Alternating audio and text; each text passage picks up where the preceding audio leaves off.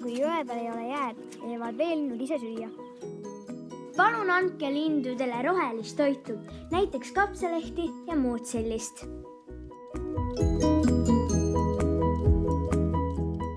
Siin on veelinnud.